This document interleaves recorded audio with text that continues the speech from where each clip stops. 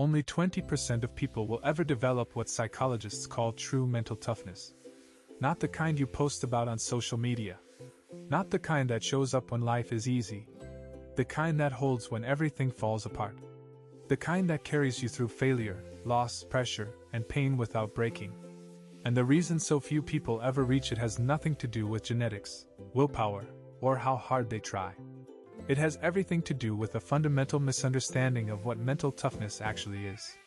In the next 10 minutes, you are going to learn exactly how mental toughness is built, where it comes from, and why the way most people try to develop it is completely backwards. You will discover the research that changed how elite athletes and military operatives are trained. You will see why comfort is not your enemy, and why suffering alone never made anyone stronger. And there's one insight buried in the middle of this video that completely reframes how you should think about pressure, failure, and resilience. Most people never hear it. By the end of this video you will. Mental toughness is not a modern concept. Human beings have been studying and pursuing psychological resilience for thousands of years. The Stoic philosophers of ancient Greece and Rome built entire philosophical systems around it. Marcus Aurelius, one of the most powerful men in history, filled his private journal with reminders about controlling his mind under pressure. Epictetus, who was born into slavery, developed a philosophy of inner freedom that military officers still study today. These thinkers understood something that modern psychology has since confirmed with hard data. The outer world does not determine your inner state unless you allow it to. Fast forward to the 20th century, and the science of mental toughness began to take serious shape.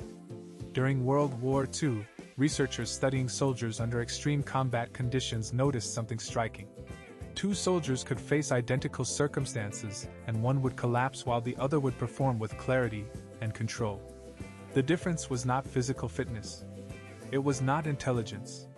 It was something psychological, something internal, something trainable. That discovery launched decades of research that eventually gave us what we now call mental toughness theory. Psychologist Peter Clough developed one of the most widely accepted frameworks in the early 2000s. His model identified 4 core components that define mental toughness. Control, the belief that you can influence what happens to you and how you respond to it.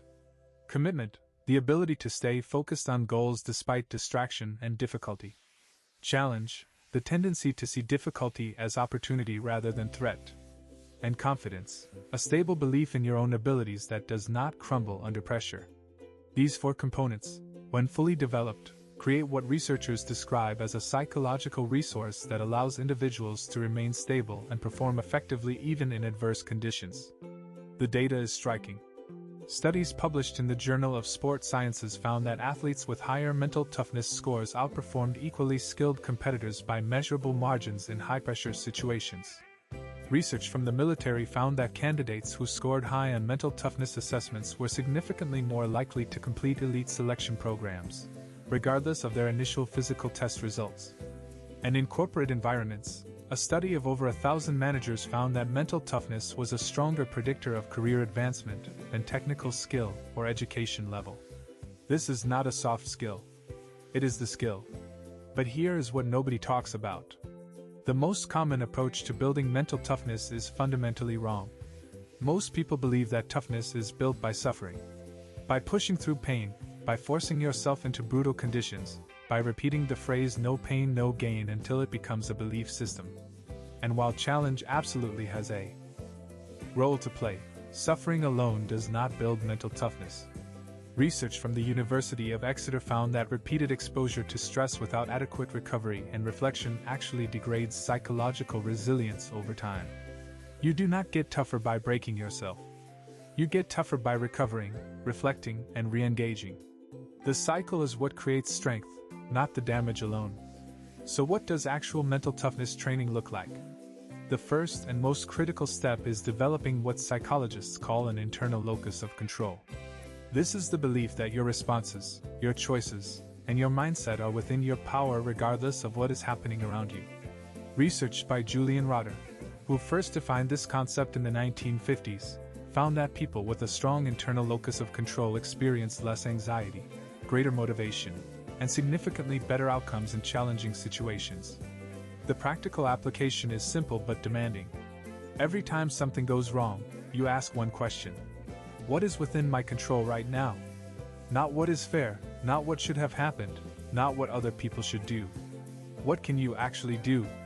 That single shift in thinking is the foundation everything else is built on. The second component is deliberate discomfort. Not suffering, not recklessness, but intentional exposure to situations that are uncomfortable enough to stretch your capacity without destroying it. Cold exposure, hard conversations, difficult physical training, public speaking, taking on projects you are not completely ready for. Each of these builds what neuroscientists call stress inoculation. Your nervous system literally learns to stay calm under conditions that previously triggered panic. The Navy SEALs use this principle extensively. Their training is not designed to punish candidates. It is designed to teach the nervous system that it can function, think, and perform even when the body is screaming to stop. The third element is self-talk architecture. This sounds minor. It is not. Research from the University of Michigan found that how people talk to themselves in moments of pressure is one of the strongest predictors of performance outcomes. Specifically, using your own name when coaching yourself through difficulty, what researchers call distance self-talk, reduces emotional reactivity and improves decision-making under stress. Elite performers do not just think, "I can do this." They address themselves by name. They coach themselves the way a trusted mentor would. That cognitive distance creates a kind of mental clarity that keeps performance stable when emotions are running high. The fourth pillar is what psychologist Carol Dweck identified as a growth mindset, the deep belief that abilities are developed through effort rather than fixed at birth. Here is why this matters specifically for mental toughness. When people with a fixed mindset face failure, they interpret it as evidence of their limitations. It is demoralizing, it is paralyzing, and it erodes confidence over time. When people with a growth mindset face the same failure, they interpret it as data, as information about what to adjust, what to learn, what to try differently. Dweck's research across thousands of subjects found that this single shift in interpretation was enough to dramatically change performance trajectories, not just emotionally but in measurable results. Now consider what all of this looks like in real life. Think about someone building a business and facing their third consecutive failure. Someone without mental toughness looks at that record and concludes that they are not meant for this. Someone with mental toughness looks at the same record and asks what patterns are here that I have not seen yet. The facts are identical. The interpretation is everything. And that interpretation is not luck or personality. It is a trained mental habit, built through the exact practices described here. The real-world implications extend far beyond performance. Research published in the British Journal of Health Psychology found that individuals with higher mental toughness scores reported significantly lower rates of anxiety and depression, even when controlling for life circumstances. They did not have easier lives. They had more developed psychological tools for navigating difficult ones. Mental toughness, properly understood, is not about being emotionally numb or refusing to feel things.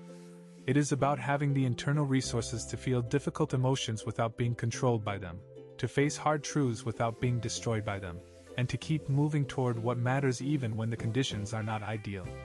The path forward is clear. Build your internal locus of control by asking what is within your power every single time difficulty arrives.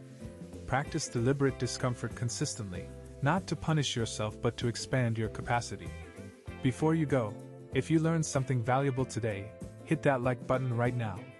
Subscribe to Get Up Life for a brand new video every single day. We will see you in the next one.